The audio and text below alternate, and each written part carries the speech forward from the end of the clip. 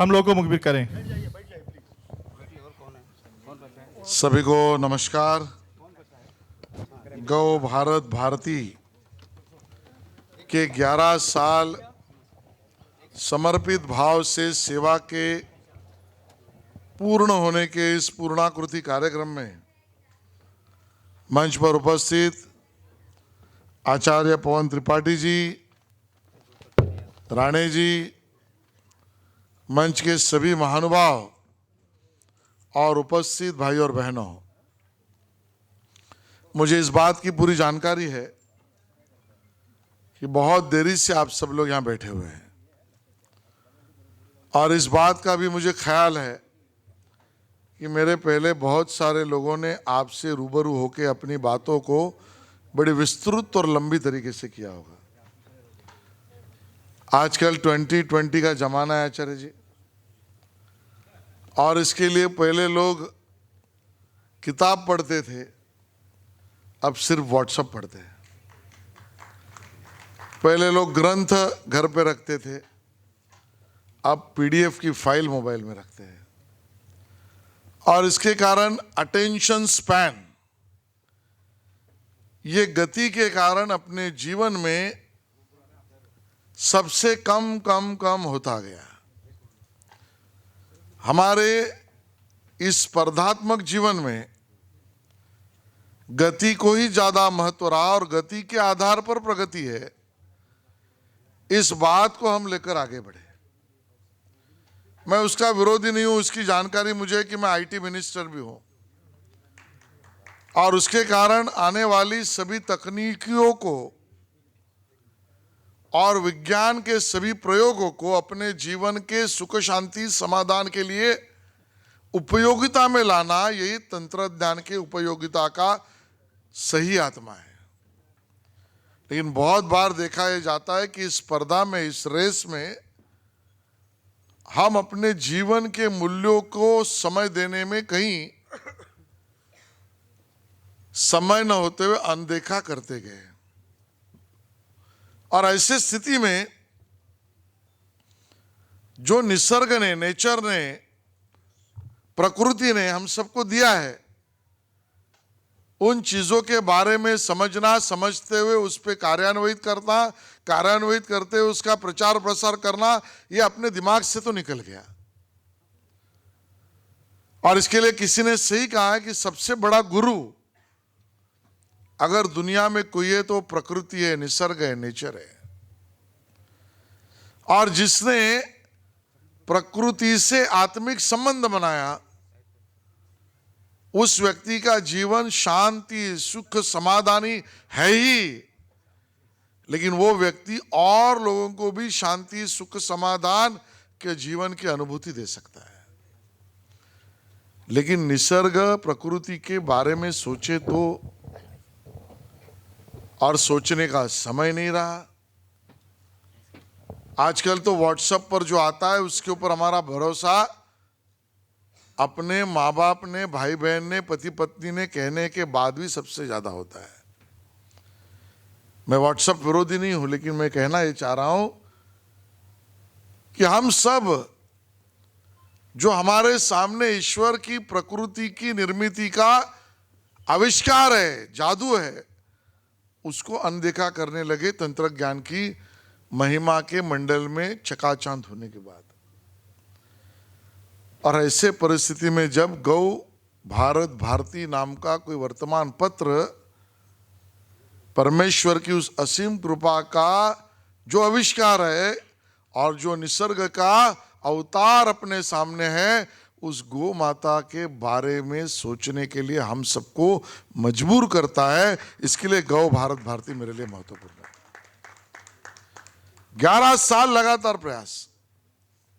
मुझे नहीं पता कि ये प्रक्रिया में गौ भारत भारती के हमारे संपादक और पूरी टीम, ये इस बिजनेस वर्ल्ड में इस पेपर का बिजनेस करते भी है, होता भी है, कैसी लड़ाई लड़ते हैं। आपको तो राणे जी पता है, आप पेपर निकालते हो, आचार्य जी लिखते हैं। ये एक अपने आप में आजकल न्यूज़पेपर निकालना ये घाटे का सौदा है। आप जितनी कॉपी निकालेंगे उतना घाटा ज्यादा। यह सर्वसाधारणता नियम है। और उस प्रक्रिया अवस्था में मैं धंधा, व्यवसाय, बिजनेस, पैसा इसको नहीं सोचूंगा। मैं मेरी धरोहर, मूल्य, प्रकृति, निसर्ग और परमेश्वर की उस असीम कृपा का अवतार, उसके लिए मैं काम करूंगा। ये सोचना मुझे लगता है सबसे बड़ा महत्व का काम है, और जो गौ भारत भारती के लोग कर रहे हैं। मैं यहां पर इसलिए नहीं खड़ा हूं कि आप सब लोग मेरे से ज्यादा जानकारी रखने वाले लोग हैं, लेकिन मैं मेरे स्वयं की अनुभूति जरूर बताऊंगा। अपने आचार्य जी के आश्रम में ही पंचगौ चिकित्सा का एक शिविर हुआ, अखिल भारतीय शिविर हुआ। उन्होंने मुझे उद्घाटन के लिए बुलाया। मैं वहां पर गया और पहली बार मैंने उनसे बहुत रूबरू होकर बात करने का प्रयास किया। तो पंचगौ चिकित्सा यानी गौ माता के से और गौ माता से निर्मित चीजों के ऊपर, शरीर चिकित्सा के ऊपर काम करने वाले कम से कम 200 से भी ज्यादा वैद्य डॉक्टर थे। और जब उनसे मैं बात कर रहा था और उनसे समझ रहा था, तब ज्ञान तो मिल रहा था। अनुभूति तब हुई कि उस दिन मैंने कहा कि साहब, मुझे भी ऐसा लगता है कि मैं एक प्रक्रिया में बहुत कंफर्टेबल नहीं हूं शारीरिक, तो इसका भी इलाज हो सकता है क्या? उन्होंने मुझे कहा कि आप, मैं कहूंगा वो करोगे नहीं, आप करोगे नहीं, लेकिन हम कहते हैं। मैंने बोला बताइए तो सही। उन्होंने कहा रोज सुबह और शाम 1.5 चम्मच गोमूत्र अर्क हम जो बनाते हैं वो 1-1.5 चम्मच पानी में आप पीजिए और कुछ महीने के बाद हमको मिलिए।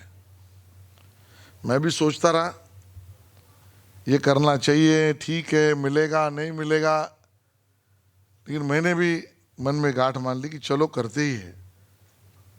आज 1.5 महीना हुआ साहब। मैं दौरे पर भी अमेरिका में भी था गए हफ्ते में, वहां पर भी गोमूत्र का उस अर्क की बोतल लेके गया था। सुबह शाम मैं 1.5 चम्मच वहां भी ले रहा था।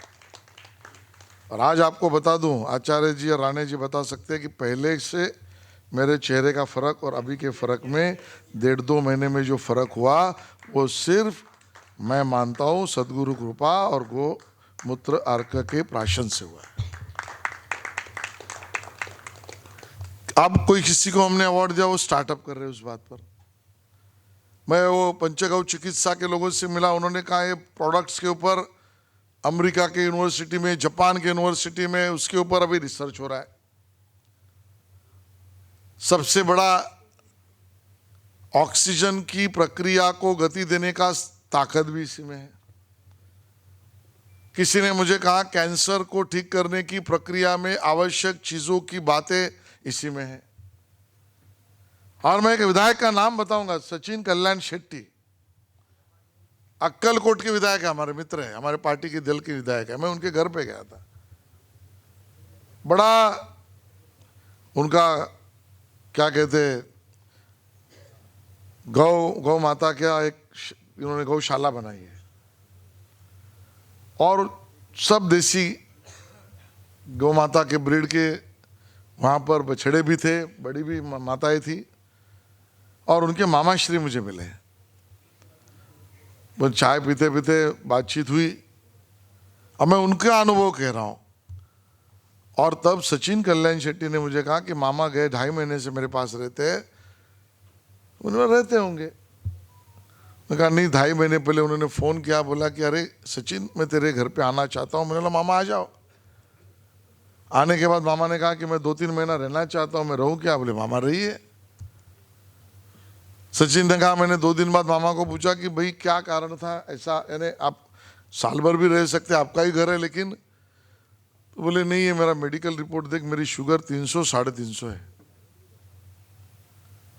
तो बोले मैं क्या कर सकता हूँ? सचिन ने मामा को पूछा। उसने कहा नहीं, मुझे किसी ने बताया है तो मैं उसकी अनुभूति करना चाहता हूँ। तेरे पास गौशाला है, इतनी बड़ी गौ माता है। तो सचिन ने ही पूछा मामा को क्या करना है भाई इसमें?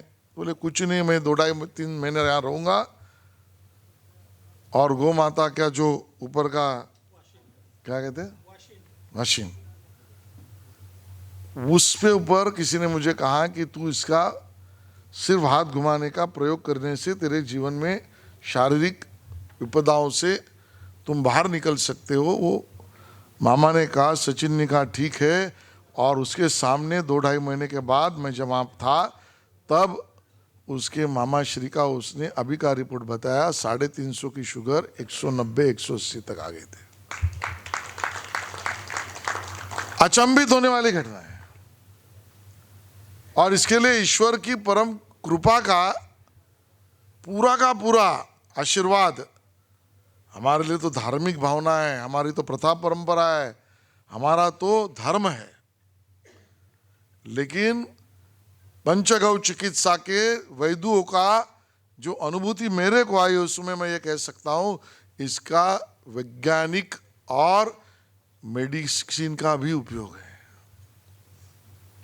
अब इसके ऊपर इस प्रकार से गौ माता का संरक्षण, जतन, संवर्धन, वहन, प्रचार, प्रसार, आत्मीयता, धार्मिक भावना, परंपरा, ये सब लोगों तक पहुंचाने के लिए जो एक जरिया चाहिए था, वो जरिया अगर पवित्र भावना से गौ भारत भारती कर रही है तो मुझे लगता है ये सबसे महान कार्य कर रही है और उनका मैं अभिनंदन करने के लिए यहां पर आया हूं।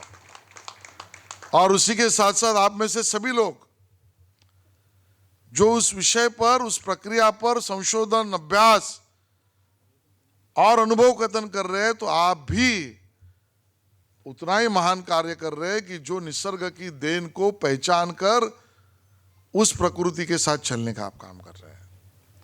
और इसके लिए ऐसे कार्यक्रम में देरी से क्यों न हो, लेकिन मुझे आना था और उस भाव से मैं यहाँ पर आया। और जाते समय उसी पुण्य भाव को आपकी चेहरों से, आपके कर्तव्य से, आपके कामों से, आपके लिखान से मैं आगे लेके जाऊंगा और लोगों को बताऊंगा। इतना ही आपके सामने कहता हुआ अगले कार्यक्रम के जाने की परमिशन मांगता हुआ आप सबको धन्यवाद देता हूं। जय हिंद, जय महाराष्ट्र। हाँ दीजिए, बैठ जाइए, आप बैठ जाइए। मैं प्रफुल्ल कटेलिया,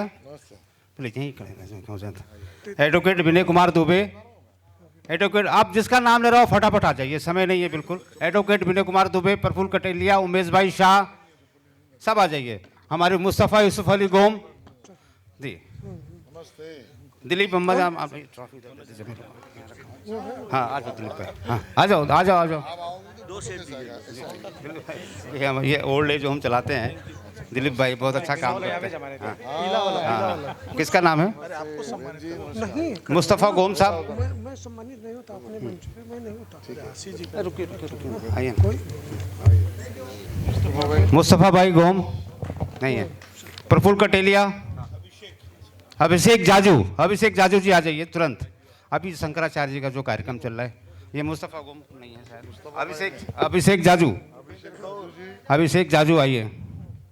ये अभी हाँ, सुनील सेठी साहब, आर्ट मीडिया के इन्होंने पूरा सहयोग किया बहुत ज़्यादा। आइए अभिषेक जाजू जी तुरंत। लीजिए अभिषेक जाजू जी। एक और उपेंद्र कौर, बुलाओ ना उनको। उपेंद्र कौर जी किसका है? संतोष खरदरे जी, संतोष जी आ जाओ। संतोष जी, हाँ आइए। कौर जी आइए। हाँ ट्रॉफी दो, तब तक मैं पढ़ा हूँ होटल में अम्बेडकर जी बैठते थे।